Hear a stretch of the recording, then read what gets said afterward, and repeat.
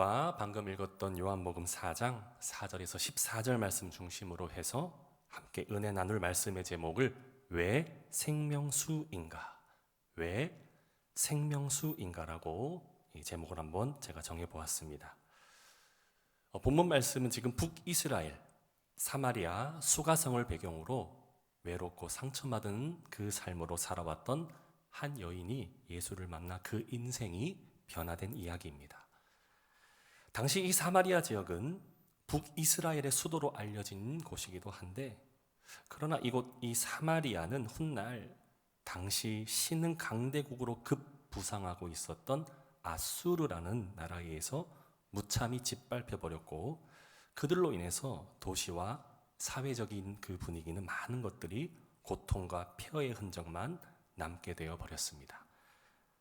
하지만 이 아수르라는 이 나라가 이스라엘을 지금 멸망시킨 것도 모자라서 더 나아가서 이스라엘이 이스라엘로서의 정체성을 완전히 상실하도록 해버리려고 어떠한 더 정책을 펼쳐나가게 됐냐면, 아수르와 이스라엘 사이에 소위 나라 간의 조약이라고 할까요?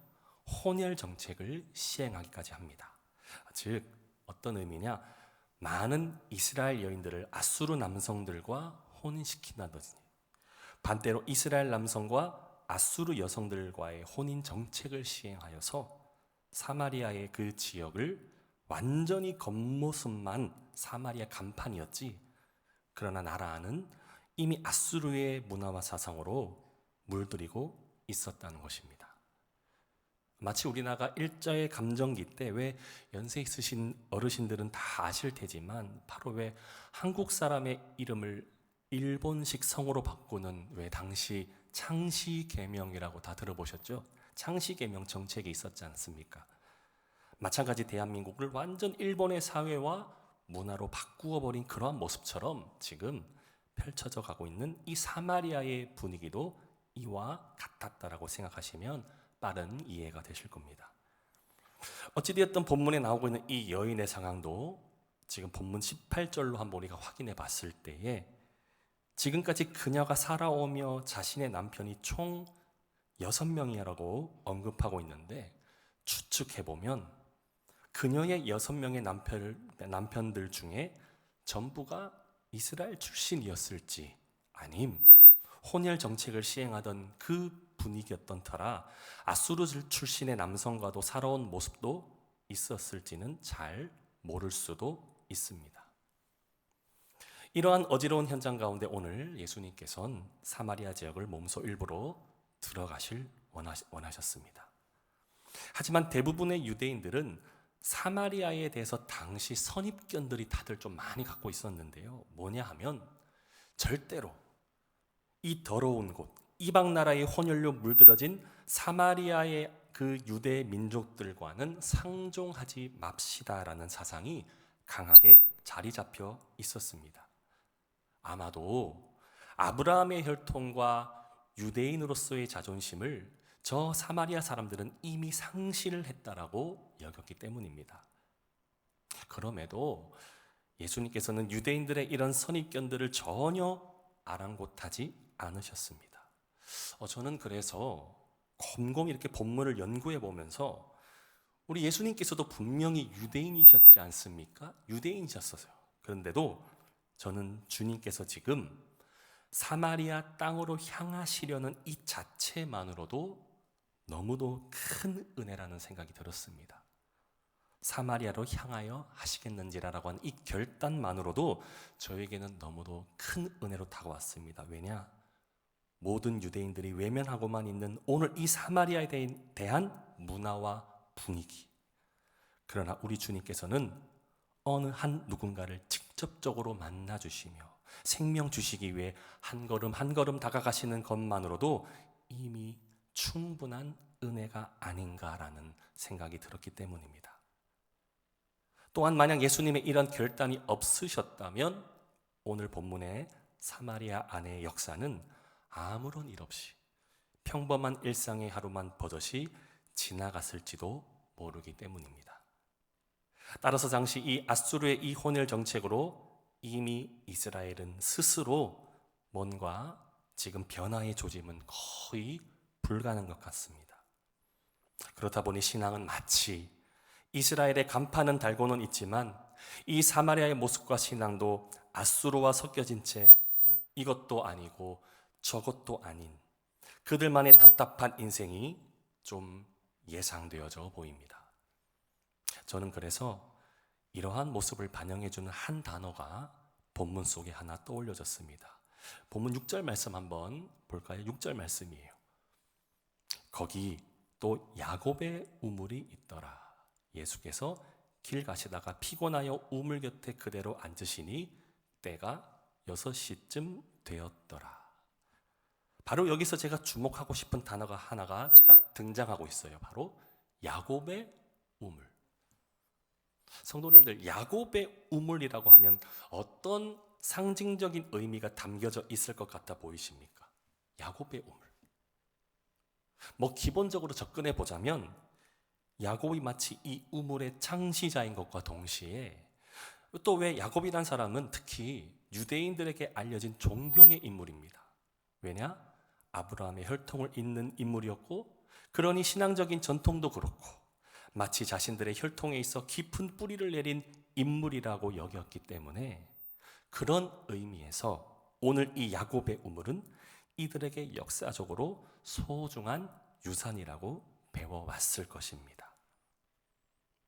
또한 유대인들이 이 우물을 마시면 마치 자신들의 인생은 영적인 갈증으로 목말라서 죽을 일은 없을 것이라면서 이 우물에 대한 애정 깊은 마음을 가졌을 것으로 추정해 볼 수가 있습니다. 그런데 혹시 여기 나오는 우물의 모습, 우물이잖아요. 과연 어떤 상태였을지 상상이 되실까요? 우물이잖아요. 성도님들, 보통 우물이 어떻습니까? 우물하면 몇 미터가량 구덩이 밑에 물이 담겨져서 어떤 큰 바가지나 통으로 길러야만 그 물을 마실 수가 있잖아요. 저는 그래서 이 우물에 담겨진 의미를 보면요, 물론 마실 수는 있는 물은 맞으나 그러나 우물은 어떤 물인가요? 우물은 고여있는 물. 우물은 흐르는 물이 아니라 고여있는 물이라는 거예요. 그 물은 오늘날 우리들처럼 정수기에 필터나 더러움을 걸러주는 그런 시스템도 지금 아니었었기 때문에 어떤 면에서는 추측해보아 우물의 수질이 그렇게 썩 좋다고는 볼 수가 없다는 생각이 듭니다. 그래서 제가 지금 무슨 말씀을 좀 드리고자 하는 거냐면, 저는 이 우물을 비유하여 마치 본문의 현재 이스라엘의 유대 사회의 신앙 상태를 반영하고 있지는 않는가. 우물은 존재하고 평범하게 마실 수 있는 물은 있다고는 하나, 그러나 삶의 모습과 신앙은 지금 사마리아가 변화되지 못하고 그냥 고여져 있는 채, 더 심각한 것은 유대 사회가 신앙으로 우물처럼 고여진지도 모른 채 살아가고 있는 모습은 아닐지. 아까 그래서 제가 왜 예수님이 이 사마리아 지역에 방문해 주시려는 결단이 은혜라고 말씀드리려고 했냐면, 지금 이 사마리아 지역과 또 유대 사회 전체는 마치 우물이라는 공간에 갇혀 있는 채 저들 스스로는 자정 능력을 전혀 발휘하지 못하며 살아가는 인생은 아닌가. 따라서 이런 가운데 지금 예수님께서 직접 사마리아를 방문하셔서 만나 주시고 그 만나 주심을 통해 이스라엘의 상태를 다듬어 주시려는 모습이 은혜일 수밖에 없다는 것입니다. 그래서 저는 본문 4절, 이 말씀은 비록 짧은 한 구절이지만 이 속에 담긴 하나님의 그 사랑은 너무도 은혜가 될 수밖에 없다는 것입니다. 사마리아를 통과하여야 하겠는지라. 사랑하는 성도님들, 주님의 이 적극적인 결단이 얼마나 은혜입니까? 그냥 아무 목적과 할 일 없이 주님이 신방하러 지금 사마리아에 오신다는 걸까요? 결코 그렇지 않습니다. 사마리아는 지금 스스로 자정할 능력이 없는 거예요. 그러니 자정시켜줄 누군가가 있어야 사마리아는 다시 회복할 수가 있다는 것입니다. 오늘날 우리의 인생은 어떨까요? 우리 스스로 죄로 물들여져 아무것도 뭐가 죄인지, 뭐가 주님 앞에 불의한 모습인지 전혀 분별되지 못한 채 살아가는 모습. 어쩜 우리의 모습 안에도 현재 이러한 사마리아의 모습은 없는가? 우리 인간의 의지로만 어찌 죄를 분별하고 그 문제를 해결할 수가 있겠습니까? 결코 우리 스스로는 죄를 해결할, 문제를 해결할 능력이 없다는 거예요. 그렇기 때문에 오늘 예수님이 강력하게 이 말씀으로 우리 믿음의 사람들과 함께 하기를 원하신다는 것입니다. 그래서 우리 본문 13절과 14절 말씀 다시 한번 읽어보도록 하겠습니다. 13절과 14절입니다. 예수께서 대답하여 이르시되 이 물을 마시는 자마다 다시 목마르느거니와 내가 주는 물을 마시는 자는 영원히 목마르지 아니하리니 내가 주는 물은 그 속에서 영생하도록 솟아나는 샘물이 되리라. 아멘. 우물에 갇혀 있으니, 그런데 이 말씀 듣기 전 그동안에 여인이 살고 있었던 이 사마리아 지역의 일상생활은 어땠을까요? 사마리아 지역의 일상생활이 혹시 떠올려지십니까? 특히 두 가지 모습이 특징들이 나타나고 있는데요. 본문 9절 말씀 보시면 이렇게 기록합니다. 유대인은 사마리아와 상종하지 않는다는 전통. 본문 9절에 유대인은 사마리아와 상종하지 않는다는 이 전통이 있고, 또 본문 12절에 보시면 야곱의 우물에 대한 본인들의 자부심이 들어가 있다는 겁니다. 이렇게 아무것도 모르고 그냥 본인들의 자랑에 갇혀서 본인들의 전통에만 갇혀서서 사는 삶. 성도님들, 이러한 삶이 우리가 아는 순히 속담으로 많이 말하고 있는 우물한 개구리의 모습은 아니겠습니까?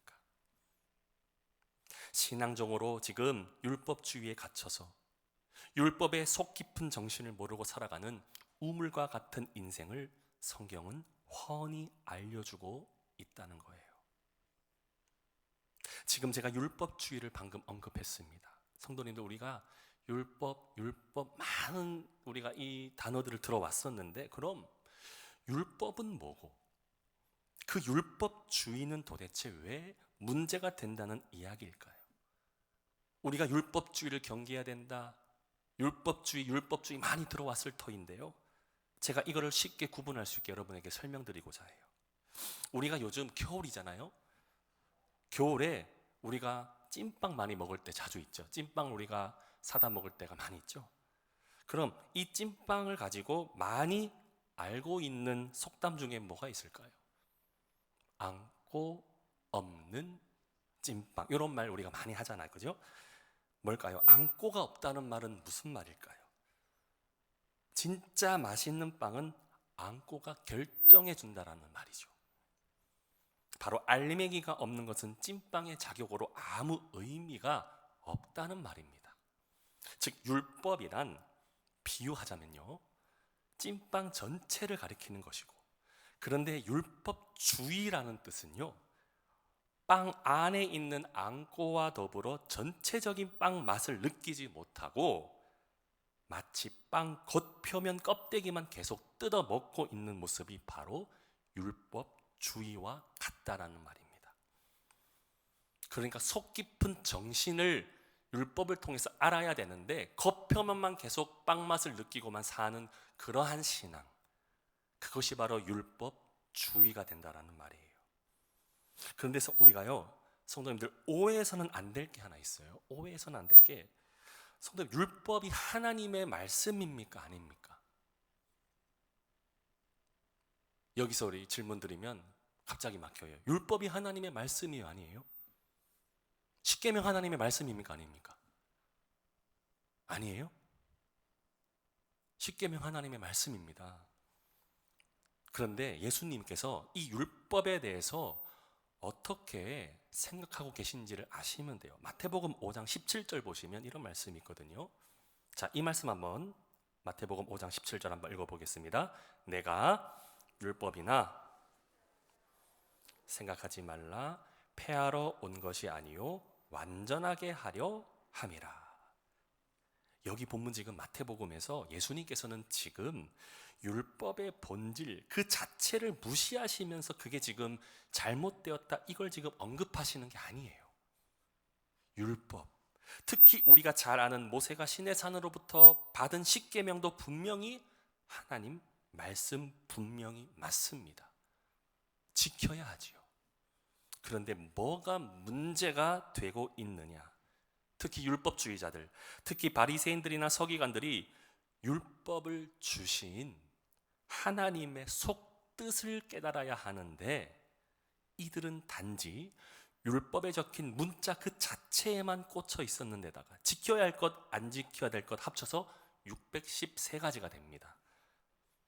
거기다가 더 심각한 것은 이들이 왜 율법주의에 빠져서 전혀 하나님의 의도와는 다르게 그것을 적용하고 있었냐면 자신들의 실생활 속에 이 율법을 유리하게 이용하려고 했던 행동이 큰 문제가 되고 있었다는 겁니다. 특히 예를 들어 볼게요. 우리가 다 아는 안식일. 우리가 다 안식일이 무슨 의미가 있는지 아시죠? 안식일은 말 그대로 기본 뜻은 이날은 하나님의 날이니 그 어떤 것도 하지 말고 우리를 창조하시는 하나님을 거룩히 여기는 날로 보내라는 뜻이 안식일이에요. 그런데 당시에 이 바리새인들 사이에서 이 서기관들 사이에서 웃긴 일이 하나 있었습니다. 바리새인들과 서기관들 겉으로 보면 안식일을 지키는 것처럼 강조하면서 주변 사람들에게 안식일에는 어떤 의료 행위나 그 어떤 일을 하면 안 된다고 엄포를 놓았습니다. 당시에 근데 너무나도 웃긴 거. 만약에 이 율법에 되게 웃긴 조항이 하나 있어요. 안식일 날 만약에 땀 한 방울이 나게 되잖아요. 이 율법이 얼마나 유치하냐면 땀 한 방울이 흘리면 그것을 노동으로 간주합니다. 유대 사회에서 땀을 안식일 날 흘렸다는 것은 율법을 어긴 걸로 간주를 해요. 왜요? 땀을 흘렸다는 것은 노동을 했다는 걸로 간주를 해버리거든요. 이들의 규칙이에요. 그러니 만약에 어떤 사람이 안식일 날 길을 나서다가 땀을 흘렸다? 그럼 이 사람은 땀을 흘렸기 때문에 노동하는 행위로 간주해서 결국엔 율법을 어기는 자로 간주하는 거예요. 되게 웃겨요. 그렇기 때문에 저는요, 지금 대한민국에서 설교하고 찬양하고 있는 것을 너무나도 감사하게 생각합니다. 제가 땀이 좀 많거든요. 근데 제가 만약에 이스라엘에 갔었으면 어떻게 되었겠습니까? 율법을 어긴 자로 완전히 저는 쫓겨날 수도 있습니다. 그럼 저는 처벌 대상이 되는 거예요. 이런 식으로 이 유대인들은 이 땀 한 방울 가지고도 정말 유치하게 그렇게 이 말씀들을, 이 율법을 적용하고 있었다는 거예요. 자, 누가복음 13장 15절 말씀 한번 볼게요. 누가복음 13장 15절 말씀에 이러한 말씀이 있어요. 주께서 대답하여 이르시되 외식하는 자들아 너희가 각각 안식일에 자기의 소나 나귀를 외양간에서 풀어내고 이끌고 가서 물을 먹이지 아니하느냐. 무슨 말이냐면 안식일에 아무것도 하지 말라고 그렇게 본인들은 사람들 앞에서 강조하면서 바리새인들은요 소나 나귀를 풀어내서 이끌고 가서 물을 먹이는 일은 아무 문제라고 안식일에도 그것을 한다는 이야기예요. 노동이잖아요. 근데 이게 합당하다고 여기는 거예요. 왜요? 왜 이들이 이걸 합당하게 여겼냐면 소나 나귀는 대표적인 유대 사회 안의 교통수단이었습니다. 그러니 안식일에 이들이 만약에 바리새인들이 땀을 흘리지 않고 어디를 이동하고 싶으면 어떻게 하면 되겠습니까? 이들이 땀 안 흘리고 어디를 이동한다 더운 날씨에 어떻게 하면 땀이 안 나겠어요? 소나 나귀를 타면 되는 거예요. 그런데 안식일에 본인들에게 유리한 교통수단을 위해서 다른 사람들한테는 아무것도 하지 말라고 하면서 정작 자신들에게 유리한 것엔 너무나도 어이없는 융통성을 발휘했다는 점. 예수님은 그래서 지금 율법 자체를 무시하는 것이 아니라 율법 안에 진정한 하나님의 뜻을 무시하고 있는 저 바리새인들과 서기관들의 모습을 책망하셨던 겁니다. 성도님들, 율법도 하나님 말씀입니다. 그리고 지켜야 합니다. 그런데 율법이 진정 우리 믿음의 사람들에게 무엇을 가르쳐 주고 있는지를 알고 지켜야 한다는 거예요. 로마서 3장 20절 보겠습니다. 로마서 3장 20절에 이렇게 기록합니다. 그러므로 율법의 행위로 그의 앞에 의롭다 하심을 얻을 육체가 없나니 하나님께서 율법을 주신 목적이 이렇습니다. 율법으로는 죄를 깨달음이니라. 무엇이라고 성령이 안내합니까? 율법으로는 죄를 깨달음이니라. 그래서 율법은요, 왜 하나님께서 우리에게 율법을 주셨냐? 하나님 앞에 우리가 어떤 존재이고 얼마나 우리의 모습이 하나님 앞에 선한지 혹은 어리석은지를 확인하게 하는 기능을 가지게 하는 것이 율법이라는 거예요. 율법을 지키는데 그 지키는 것이 율법 자체 문자를 통째로 삼킬 정도로 그렇게 무시하고 암기하고 그렇게 지키라는 것이 아니라 율법 속에 뜻하는 하나님의 마음을 깨달아서 우리 자신이 하나님 앞에 어떻게 살아가고 있는지 확인하라, 이러한 차원에서 알게 하시는 것이 바로 율법의 정신이라는 겁니다. 그럼 율법을 통해 이제 죄를 깨달았다고 칩시다. 하나님의 뜻을 발견했어요. 그렇다면 율법은 어떻게 온전히 지켜지며 나아갈 수 있게 되는 걸까요? 성경은 한 단계 챕터를 더 밟습니다. 한 군데 성경도 알려드릴게요. 로마서 13장 10절에 율법은 어떻게 지켜져 갈 수 있는지를 이렇게 기록합니다. 사랑은 이웃에게 악을 행하지 아니하나니 그러므로 사랑은 율법의 완성이니라. 사랑은 율법의 완성이니라. 율법은 어떻게 온전히 이룰 수 있게 되는 겁니까? 바로 사랑입니다. 사랑. 여기 성경이 가르치는 사랑, 그냥 인간적인 어떤 남녀 간의 사랑, 따뜻한 감정의 사랑이 아니라, 성도님들, 사랑의 본질은 누구세요? 성경에 어떻게 기록되어 있죠? 하나님은 뭐죠? 하나님은 뭐죠? 사랑이시라. 바로 율법은요, 율법을 제정하신 여호와 하나님께서만 온전히 이루실 수 있는 것입니다.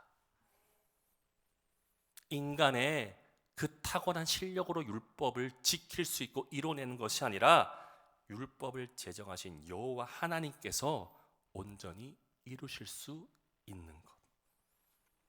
따라서 우리는 이 율법의 완전함을 감히 지킬 수 없는 죄인, 이것을 깨닫게 하는 것이 율법이에요. 그리고 우리는 할 수 없기에 하실 수 있게 돕는 유일하신 분 예수 그리스도, 그분을 의지하며 나아가는 삶이 바로 믿음.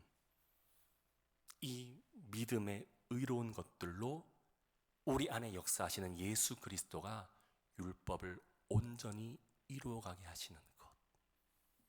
성도님들, 이게 은혜요 복음입니다. 그래서 아까 안식일 언급해 드렸잖아요. 안식일. 왜 진정한 안식일이 되는지 아세요? 그러니까 율법의 속뜻을 모르면 그냥 겉으로 보기에는 아무것도 하지 말라라고 가르치시잖아요. 우리를 통제하고 싶으셔서 아무것도 하지 말라고 하시는 것 같으세요? 아니에요. 안식일에 담긴 율법의 정신의 그 깊은 속뜻을 무엇이냐면, 기억하십시오. 하나님이 우리를 위해 일하시고 자유케 하시고 치유케 하시고 은혜를 주시니 그것이 우리에게 안식으로 임하게 되는 것임을 믿으시기를 바랍니다. 안식일의 본질은요, 하나님이 우리를 위해 일하시는 거예요. 하나님이 우리를 위해 일하시니까 우리는 쉬는 거예요. 근데 율법의 껍데기만 알잖아요.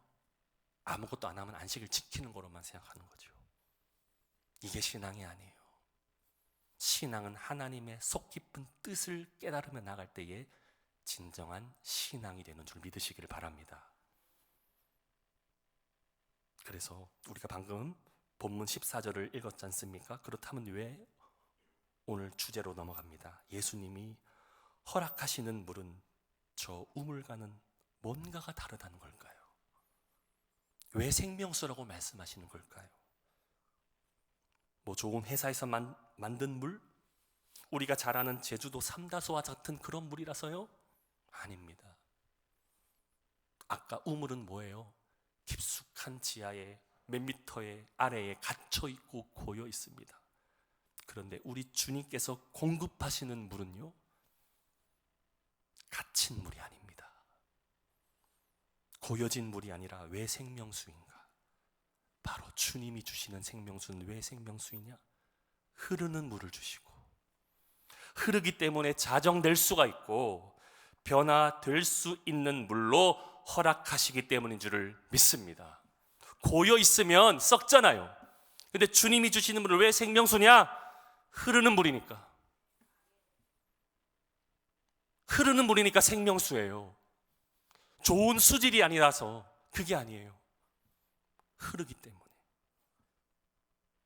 내가 주는 물은 그 속에서 영생하도록 솟아나는 샘물이 되리라. 시편 42편을 보면 시편 기자의 상황이 지금 뭔가로부터 답답해하고 뭔가 문제에 닥쳐 있어요. 근데 그는 어떻게 반응하는 줄 아십니까? 시편 42편 1절에 이런 말씀이 있어요. 하나님이여, 사슴이 시냇물을 찾기에 갈급함같이 내 영혼이 주를 찾기에 갈급하나이다. 성도님들, 시편 기자는 지금 무슨 물을 찾는 것 같습니까? 시냇물을 찾습니다. 시냇물. 시냇물은 흐르는 물일까요? 고여있는 물일까요? 흐르는 물입니다. 우리가 잘 아는 찬송가 250장에 구주의 십자가 보혈로 찬송안의 3절 가사를 보면 주 앞에 흐르는 생명수, 날 씻어 정하게 하시네. 내 기쁨 정성을 다하여 찬송합시다. 주 앞에 흐르는 생명수, 이 흐르는 생명수니까 날 씻어 정하게 하신다는 거예요. 우물은 고여져 있기 때문에 씻어낼 수가 없어요. 흐르는 물이니까 흐르는 물로 인해서 우리의 더러운 죄가 씻겨 내려가게 되는 줄을 믿으시기를 바랍니다. 그러니 우리 믿음의 사람들은 예수님 말씀처럼 이 물을 마시면 왜 그것이 생명수가 되고 왜 목마르지 않을 수가 있을까요? 바로 예수 그리스도께서 공급해 주시는 생명수, 고여 있는 물이 아니라 우리의 흐르는 시냇물 되어 주셔서 우리 삶의 근본된 문제를 해결해 주시는 분이시기 때문인 줄을 믿으시기를 바랍니다. 그것이 그래서 생명수라는 것입니다. 말씀을 맺습니다. 우물은 제 아무리 물이 많이 담겨져 있어도 마시면 또 갈증이 납니다. 왜요? 이 우물은 마치 고여있는 인간의 전통일 수도, 썩어져가는 자존심일 수도 있기 때문입니다. 이것이 어떻게 우리의 생명이 될 수가 있겠습니까? 그럼 왜 예수님께서 공급하시는 물은 생명수입니까? 문제를 해결해 주시고 우리의 더러움을 깨끗게 해주시는 흐르는 물, 진정한 은혜가 흐르는 물이기 때문인 줄을 믿습니다. 오늘 이 금요 기도를 통해서 이 생명수를 공급받는 시간이 되기를 원합니다. 고여있는 물이 아니라 흐르는 물, 이 생명수를 공급받으셔서 우리의 삶을 자유케 하시는 주님의 은혜를 풍성하게 누리는 삶으로 나아가시기를 우리 주 예수 그리스도 이름으로 간절히 축원합니다. 그래서 찬양하겠습니다.